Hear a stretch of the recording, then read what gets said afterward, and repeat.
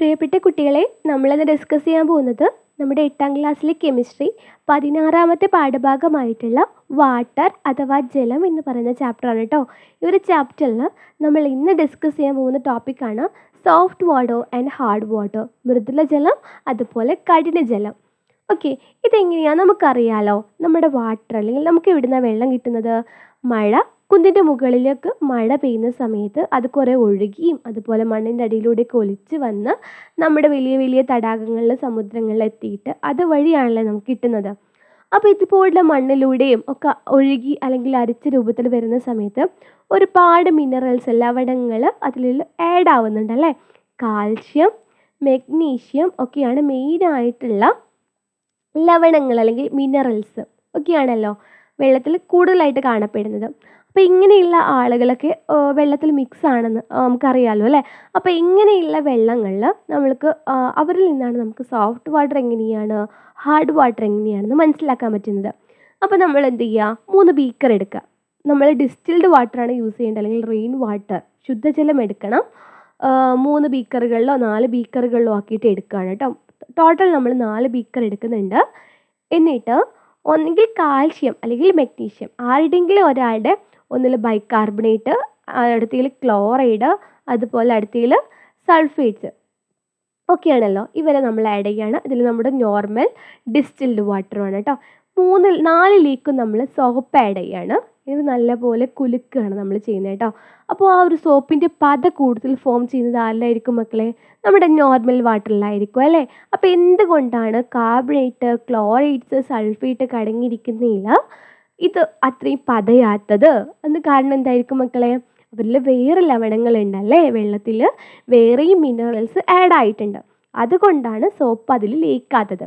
അപ്പോൾ സോപ്പ് പതയാത്ത സൊല്യൂഷൻസുകൾ അല്ലെങ്കിൽ ലായനികൾ അല്ലെങ്കിൽ വെള്ളത്തെ നമ്മൾ വിളിക്കുന്ന പേരാണ് ഹാർഡ് വാട്ടർ. ഓക്കെയാണല്ലോ.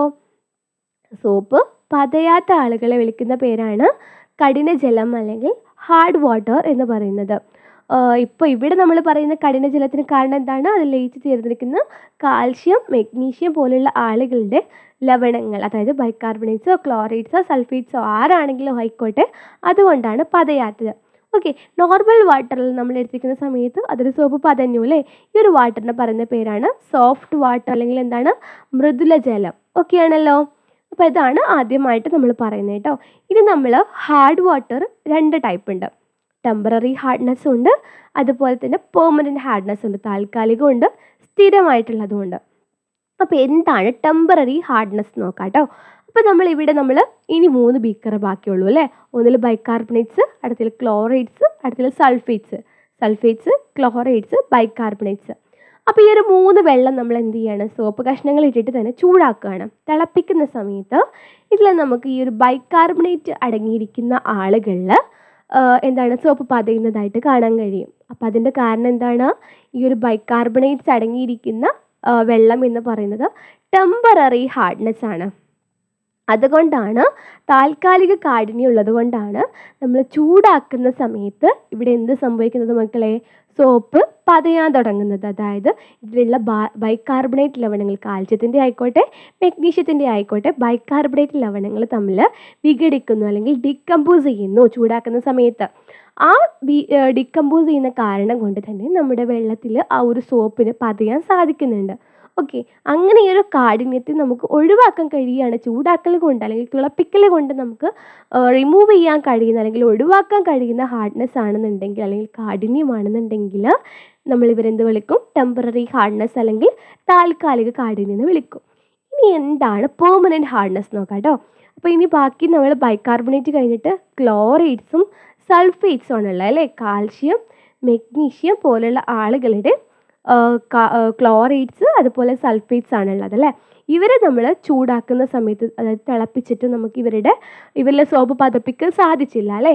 ഇങ്ങനെയുള്ള ആളുകളിലേക്ക് നമ്മൾ പ്രത്യേകമായിട്ടുള്ള കെമിക്കൽ സബ്സ്റ്റൻസുകൾ ആഡ് ചെയ്താൽ മാത്രമേ എന്താവുള്ളൂ, സബ്സ്റ്റൻസുകൾ ആഡ് ചെയ്താൽ മാത്രമേ നമുക്ക് ഇവരുടെ ഹാർഡ്നെസ് അല്ലെങ്കിൽ കാഠിന്യത്തെ നീക്കം ചെയ്യാൻ കഴിയുള്ളൂ. ഓക്കെ ആണല്ലോ.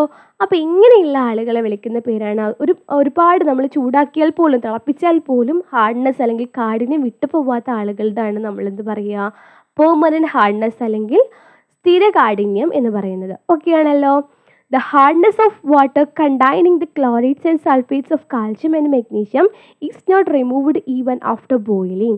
തിളപ്പിച്ചാൽ പോലും മാറ്റാൻ കഴിയാത്ത അത്രയും കാഠിന്യമുള്ള ആളുകളാണ് കാൽഷ്യത്തിനെയും മെഗ്നീഷ്യത്തിനെയും ക്ലോറൈഡ്സ്, സൾഫേറ്റ് പോലുള്ള ആളുകൾ. അപ്പോൾ ഇങ്ങനെയുള്ള ആളുകളെ നമുക്ക് എന്താ വിളിക്കുന്നത്? സ്ഥിരകാഠിന്യം അല്ലെങ്കിൽ പെർമനൻറ്റ് ഹാർഡ്നെസ് എന്നാണ് വിളിക്കാൻ പറ്റുന്നത്. ഇപ്പം നമ്മൾ സോഫ്റ്റ് വാട്ടർ, ഹാർഡ് വാട്ടർ, അതായത് മൃദുലജലം, കഠിനജലം പറഞ്ഞു അല്ലേ. ഇനി ഇവരല്ലാത്ത ഒരു ടൈപ്പ് ഓഫ് വാട്ടർ അല്ലെങ്കിൽ ജലമുണ്ട്. അവരാണ് ഹെവി വാട്ടർ അല്ലെങ്കിൽ ഘനജലം എന്ന് പറയുന്നത്. ഇവർ എന്താണെന്ന് വെച്ചാൽ നമ്മുടെ ഹൈഡ്രജൻ അല്ല ഇവരിൽ മെയിനായിട്ടുള്ളത്. ഹൈഡ്രജൻ്റെ ഐസോട്ടോപ്പായിട്ടുള്ള, ഐസോട്ടോപ്സ് അറിയില്ലേ മക്കൾക്ക്? ഡ്യൂറ്റീരിയം, ട്രിഷ്യം എന്ന് പറയുന്ന, പ്രോട്ടിയം, ഡ്യൂറ്റീരിയം, ട്രിഷ്യം എന്ന് പറയുന്ന ആളുകൾ അറിയില്ലേ? അപ്പോൾ അവരുടെ ഡ്യൂറ്റീരിയം എന്ന് പറയുന്ന D2O എന്ന് പറയുന്ന ഒരു ടൈപ്പ് ഓഫ് ഐസോട്ടോപ്പാണ് ഹെവി വാട്ടർ അല്ലെങ്കിൽ ഘനജലം എന്ന് പറയുന്നത്. ഇവരെ നമ്മൾ ന്യൂക്ലിയർ റിയാക്ടറുകളിലാണ് യൂസ് ചെയ്യാറുള്ളത് കേട്ടോ. ഇത് എക്സ്ട്രാ റീഡിംഗ് ആണ്, എന്നാലും ഒന്ന് അറിഞ്ഞു വെക്കുക. ഓക്കെ അല്ലേ? അപ്പോൾ ഇത്രയും കാര്യങ്ങളാണ് ഈ ഒരു ടോപ്പിക്കിൽ നമ്മൾ ഡിസ്കസ് ചെയ്യുന്നത്. എന്തെങ്കിലും ഡൗട്ട്സോ കൺഫ്യൂഷൻസോ തോന്നുവാണെന്നുണ്ടെങ്കിൽ നിങ്ങൾ നമ്മുടെ ഗ്രൂപ്പുകളിൽ ചോദിക്കൂ കേട്ടോ. Okay, thank you.